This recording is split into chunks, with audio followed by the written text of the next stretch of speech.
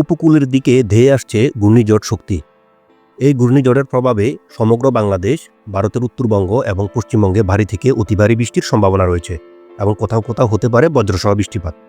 এই অতি ভারী বর্ষণের ফলে বাংলাদেশের উত্তরাঞ্চল এবং ভারতের উত্তরবঙ্গে আকস্মিক বন্যার একটা সম্ভাবনা রয়েছে। চলুন এই মুহূর্তে আপনাদের সরাসরি ঘূর্ণিঝড়ের অবস্থা দেখিয়ে দিই এবং সেটি কবে নাগাদ উপকূলে আঘাত আনতে পারে তাও দেখিয়ে দিই। আপনারা এই মুহূর্তে দেখতে পাচ্ছেন যে বঙ্গোপসাগরে যে ঘূর্ণাবর্তটি পরিলক্ষিত হচ্ছে। আমরা যদি এই মুহূর্তে তার গতিবেগ দেখি, আমরা যদি সাধারণ গতিবেগ দেখি, দেখা যাচ্ছে যে ঘন্টা প্রতি এর গতিবেগ 56, 59, 61 কিলোমিটার পর্যন্ত দেখা যাচ্ছে। তো আমরা জানি যে কোনো একটা ঘূর্ণাবর্ত যদি ঘূর্ণিঝড়ে রূপ নিতে হয় অবশ্যই সেটি ঘন্টা প্রতি 63 কিলোমিটার অতিক্রম করতে হয়। তো আমাদের এখানে দেখা যায় 61 কিলোমিটার পর্যন্ত অলরেডি এটি অর্জন করে ফেলেছে। আর যদি 2 কিলোমিটার গতিবেগ অর্জন করতে পারে তখন সেটি কিন্তু ঘূর্ণিঝড়ে রূপ নেবে। বায়ুর যাত্রা সহ এর বাতাসের গতিবেগ দেখলে বায়ুর যাত্রা সহ এর গতিবেগ দেখা যাচ্ছে 73, 77, 82, 84, 87 অর্থাৎ 87, 90 কিলোমিটার মধ্যে বায়ুর যাত্রা সহ এর গতিবেগ দেখা যাচ্ছে। আর এই ঘূর্ণিঝড়ের প্রভাবে কিন্তু সমগ্র বাংলাদেশেই ভারী বৃষ্টি হওয়ার একটা আশঙ্কা রয়েছে এবং ভারতের উত্তরাঞ্চলেও অতি ভারী বৃষ্টি থাকবে। আমরা যদি এটি কখন আঘাত আনতে পারে তা যদি দেখি, আজ 28 তারিখ, আমরা যদি 29 তারিখ দেখি, এটি দেখা যাচ্ছে যে 29 তারিখেই মোটামুটি উপকূল অতিক্রম করা শুরু করবে। বিশেষ করে 29 তারিখ রাত 3টার দিকে এটি বাংলাদেশের সুন্দরবন এবং ভারতের কলকাতা এবং হলদেবাড়ি এই অঞ্চল দিয়ে প্রবেশ করার একটা আশঙ্কা রয়েছে। আর ওই সময় আমরা যদি বায়ুর যাত্রা সহ এর গতিবেগ দেখি, বায়ুর যাত্রা সহ এর গতিবেগ দেখা যাচ্ছে ঘন্টা প্রতি 74, 76, 75, কোথাও কোথাও 60, 62 এরকম দেখা যাচ্ছে ঘন্টা প্রতি গতিবেগ। সময়ের পরিবর্তনের সাথে সাথে কিন্তু এর গতিপথ পরিবর্তন হতে পারে এবং এটি হয়তো আরও শক্তি সঞ্চয় করতে পারে। আর আমরা যদি বৃষ্টিপাতের পরিমাণ দেখি যে এই ঘূর্ণিঝড়ের প্রভাবে কীরকম বৃষ্টিপাত হতে পারে, আপনাদের যদি বৃষ্টিপাতের পরিমাণ দেখিয়ে দিই, দেখতে পাচ্ছেন আমরা যদি আজকে দুপুর 12টার দিকে, আজকেও কিন্তু দেখা যাচ্ছে দুপুর 12টার দিকে বাংলাদেশের দক্ষিণ পূর্বাঞ্চলের জেলাগুলোতে বৃষ্টিপাত পরিলক্ষিত হচ্ছে। তবে তুলনামূলক কিছুটা কম হলেও সময়ের পরিবর্তনের সাথে সাথে কিন্তু বৃষ্টিপাতের পরিমাণ অনেকটাই বাড়বে। যদি আমরা আজকে 3টার দিকে দেখি, 3টার দিকে দেখতে পাচ্ছি যে সমগ্র বাংলাদেশে কিন্তু বৃষ্টির একটা সম্ভাবনা রয়েছে। আর ভারতের পশ্চিমবঙ্গে বিশেষ করে কলকাতা, খড়গপুর, বলেশ্বর এই সকল অঞ্চলে বৃষ্টিপাত থাকছে। ভারতের উত্তরাঞ্চলেও বৃষ্টিপাত দেখা যাচ্ছে, বিশেষ করে শিলং, গোলপাড়া, এর হচ্ছে তুরা, শিলচর, আইজল এই সকল অঞ্চলে বৃষ্টিপাত পরিলক্ষিত হচ্ছে। মহেশখালী এবং টেকনাফে কিন্তু অতি ভারী বর্ষণের একটা আশঙ্কা রয়েছে আজ 3টার দিকে। যদি আমরা রাত 7টার দিকে দেখি, রাত 7টায় কিন্তু দেখা যাচ্ছে যে বাংলাদেশের মহেশখালী, টেকনাফ ও চট্টগ্রাম বিভাগে বৃষ্টিপাত পরিলক্ষিত হচ্ছে। ভারতের খড়গপুর, বলেশ্বর এবং জামশেদপুর আশেপাশে অঞ্চলে বৃষ্টিপাত দেখা যাচ্ছে। গোলপাড়াতেও দেখা যাচ্ছে বৃষ্টিপাত। রাত 9টায় দেখলে, রাত 9টায় চট্টগ্রাম বিভাগে কিন্তু বৃষ্টিপাতের পরিমাণ অনেকটাই বাড়বে। টেকনাফে অতি ভারী বর্ষণ দেখা যাচ্ছে। ভারতের উত্তরাঞ্চল গোলপাড়াতেও অতি ভারী বর্ষণের সম্ভাবনা রয়েছে এই ঘূর্ণিঝড়ের প্রভাবের কারণে। রাত 1টার দিকে দেখলে, রাত 1টায় দেখতে পাচ্ছেন যে বাংলাদেশের বিশেষ করে কুমিল্লা, সেনবাগ, খাগড়াছড়ি, চট্টগ্রাম, ফেনী, কুমিল্লা, নোয়াখালী অর্থাৎ এই সকল অঞ্চলে কিন্তু মাঝারি থেকে ভারী বৃষ্টির সম্ভাবনা রয়েছে। আর ভারতের ত্রিপুরাতে থাকছে বৃষ্টিপাত, আইজলে থাকছে বৃষ্টিপাত, আর বরিশাল, কলাপাড়া, খুলনাতে আংশিক সামান্য ছিটেফোঁটা বৃষ্টিপাত হতে পারে। আর ভারতের আলিপুরদুয়ারেও থাকতে পারে মাঝারি ধরনের বৃষ্টিপাত রাত 1টার দিকে। অর্থাৎ সময়ের সাথে সাথে কিন্তু বৃষ্টিপাতের পরিমাণ আরও তীব্র হচ্ছে। রাত 3টায় দেখলে দেখা যাচ্ছে যে বৃষ্টিপাতের পরিমাণ আরও তীব্র হচ্ছে। বিশেষ করে বাংলাদেশের লাখাই, মৌলভীবাজার এই সকল অঞ্চলে অতি ভারী বৃষ্টির সম্ভাবনা রয়েছে। তাছাড়া ফেনী, কুমিল্লা, নোয়াখালী, মতিরহাট, ফরিদগঞ্জ, বরিশাল, লালমোহন, ফিরোজপুর, মাথাবাড়িয়া, কলাপাড়া, খাগড়াছড়ি এই সকল অঞ্চল, চট্টগ্রাম বিভাগের প্রত্যেকটি জেলাতে কিন্তু মাঝারি থেকে ভারী এবং অতি ভারী বর্ষণের সম্ভাবনা রয়েছে। ভারতের ত্রিপুরাতেও থাকছে অতি ভারী বৃষ্টি, আইজলে থাকছে মাঝারি ধরনের বৃষ্টিপাত।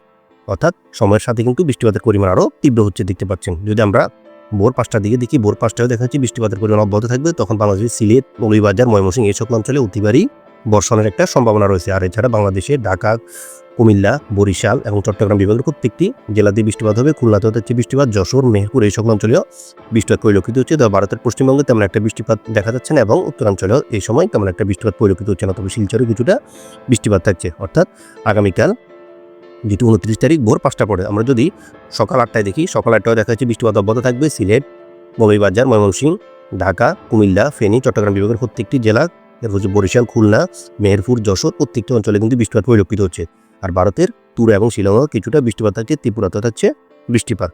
যদি আমরা 11টার দিকে দেখি, 11টায় দেখা যাচ্ছে যে বাংলাদেশের সিলেট, ময়মনসিংহ, বিশম্বরপুর, বাগমারা, মাদান, কিশোরগঞ্জ, সিরাজগঞ্জ এই সকল অঞ্চলে বৃষ্টিপাত পরিলক্ষিত হচ্ছে। অর্থাৎ আর অতি ভারী বৃষ্টি দেখা যাচ্ছে বিশম্বরপুর, বাগমারা এবং সিরাজগঞ্জে।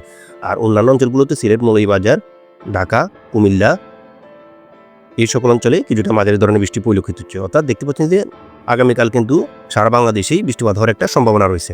আর ভারতের উত্তরাঞ্চলে তুরা এবং শিলংয়ে মাঝারি থেকে ভারী বৃষ্টির সম্ভাবনা রয়েছে। পশ্চিমাঞ্চলে তেমন একটা বৃষ্টিপাত পরিলক্ষিত হচ্ছে না।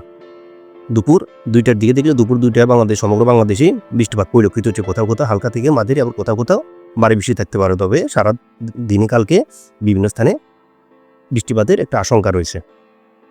আমরা যদি বিকেল 5টার দিকে দেখি, বিকেল 5টায় বাংলাদেশের রংপুর, কালাই, ময়মনসিংহ, সিলেট, মৌলভীবাজার এই সকল অঞ্চলগুলোতে মাঝারি ধরনের বৃষ্টি থাকছে। আর বাংলাদেশের অন্যান্য প্রত্যেকটি জেলাতেই সামান্য ছিটেফোঁটা বা আংশিক কোথাও কোথাও বজ্রসহ বৃষ্টির সম্ভাবনা রয়েছে। আর ভারতের উত্তরাঞ্চল গোলপাড়া, গুয়াহাটি, তুরাতে থাকছে ভারী বৃষ্টিপাত। আর ভারতের পশ্চিমবঙ্গে আংশিক ছিটেফোঁটা বৃষ্টির সম্ভাবনা রয়েছে। শিলচর, আইজল এবং ত্রিপুরাতে থাকছে হালকা থেকে মাঝারি ধরনের বৃষ্টিপাত।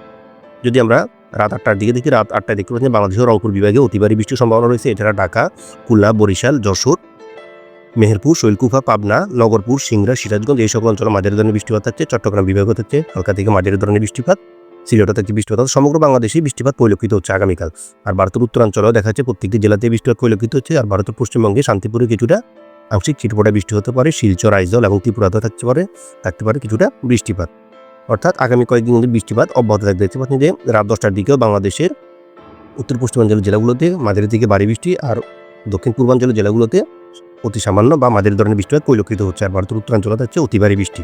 আপনাদের যদি মোট বৃষ্টির পরিমাণ দেখিয়ে দিই যে ঘূর্ণিঝড়ের জেরে মোট বৃষ্টি কীরকম হতে পারে, আজ 24 ঘন্টা হিসেবে দেখতে পাচ্ছেন যে বাংলাদেশের দক্ষিণাঞ্চলের জেলাগুলোতে বৃষ্টিপাতের পরিমাণ অনেকটাই বৃদ্ধি। বিশেষ করে চট্টগ্রাম বিভাগে বৃষ্টিপাত সবচেয়ে বেশি দেখা যাচ্ছে। এছাড়া বরিশাল, খুলনাতেও থাকছে বৃষ্টিপাত।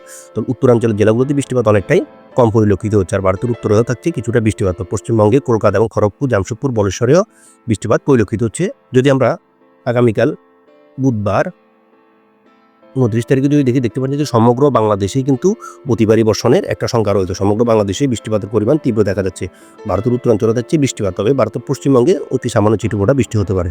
বৃষ্টির পরিমাণ বেশি থাকছে বাংলাদেশের প্রত্যেকটি অঞ্চলেই।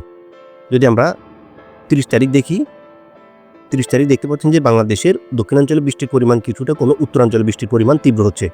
আর উত্তরাঞ্চল বিশেষ করে সিলেট, ময়মনসিংহ, রংপুর এই সকল বিভাগের সীমান্তবর্তী অঞ্চলে অতি ভারী বৃষ্টি হচ্ছে। আর ভারতে বৃষ্টি হবে। আর ভারতের শিলং, তুরা, গোলপাড়া, গুয়াহাটি, আলিপুরদুয়ার, শিলিগুড়িতে অতি ভারী থেকে অতি ভারী বৃষ্টির সম্ভাবনা রয়েছে। আর এই বৃষ্টির কারণে কিন্তু বাংলাদেশের উত্তরের জেলাগুলোতে বন্যার একটা আশঙ্কা রয়েছে। অর্থাৎ ভারতের উত্তরবঙ্গে যখনই বৃষ্টিপাত হয় তখন ওই বৃষ্টির পানি বাংলাদেশে প্রবেশ করার ফলে কিন্তু বাংলাদেশের উত্তরাঞ্চলের জেলাগুলোতে বন্যার সম্ভাবনা সৃষ্টি হয়। আর এর থেকে কিন্তু বাংলাদেশে সিলেট, ময়মনসিংহ, রংপুর এই সকল বিভাগ কিন্তু প্রতি বছরই বন্যায় প্লাবিত হয়। যদি আমরা 31 তারিখ দেখি বৃষ্টির পরিমাণ, 31 তারিখেও দেখা যাচ্ছে যে বাংলাদেশে উত্তরাঞ্চলে এবং দক্ষিণাঞ্চলে বৃষ্টির পরিমাণ অব্যাহত থাকবে। তো সিলেট, চট্টগ্রাম বিভাগ, বরিশাল, ঢাকা, ময়মনসিংহ, রংপুর এসব বিভাগে বৃষ্টিপাত থাকছে। তো সিলেটে বৃষ্টিপাতের পরিমাণ কিছুটা বেশি পরিলক্ষিত হচ্ছে। আর ভারতের উত্তরাঞ্চলে অতি ভারী বৃষ্টি পরিলক্ষিত হচ্ছে। তখনও শিলিগুড়ি, আলিপুরদুয়ার, গোলপাড়া, গুয়াহাটি, শিলং এই সকল অঞ্চলে অতি ভারী বৃষ্টি অব্যাহত থাকবে। অর্থাৎ আগামী 31 তারিখ, এরপর 1 তারিখ, 2 তারিখ, 3 তারিখ পর্যন্ত দেখা যাচ্ছে যে সমগ্র বাংলাদেশ, ভারতের উত্তরাঞ্চল এবং ভারতের উত্তরাঞ্চল এবং পূর্বাঞ্চলে কিন্তু বৃষ্টিপাত দেখা যাচ্ছে। পরবর্তীতে ঘূর্ণিঝড়টির আপডেট সম্পর্কে জানিয়ে দিব। তো আজকে আমাদের আবহাওয়ার পরিস্থিতির খবর অতটুকুই ছিল। সবাই সুস্থ ভালো থাকবেন।